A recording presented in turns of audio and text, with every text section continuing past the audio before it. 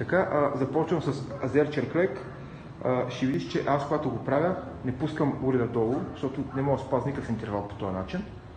Ще видиш как го взимам, аз си го държа в ръцете.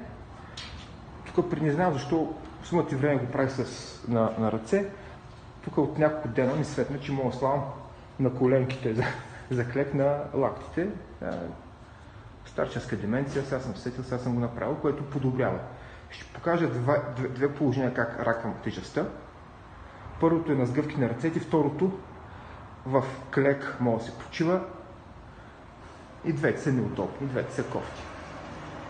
Идеята е, че ако оставям уреда след всяко повторение, не мога да спазя никакъв интервал, разбира се. След азер черклека ще покажа гребане и тяга, което мисля, че няма по-толкова да се вижда, но все пак добре.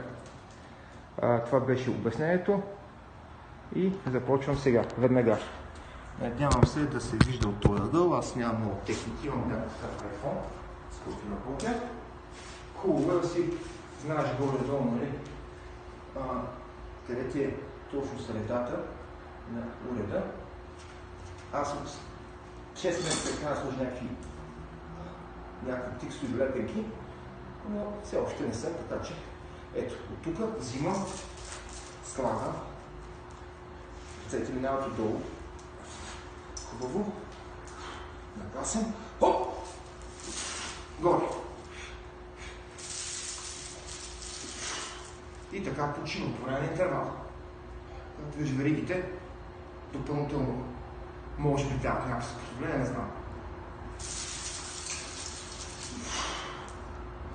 Другата почивка, която съм правил, е тази.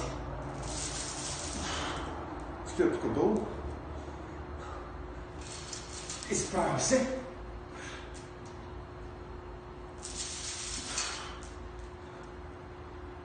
И така. Но това втория вариант не е много окей. Поеме много ми пържи краката. Гребането. Си гребане.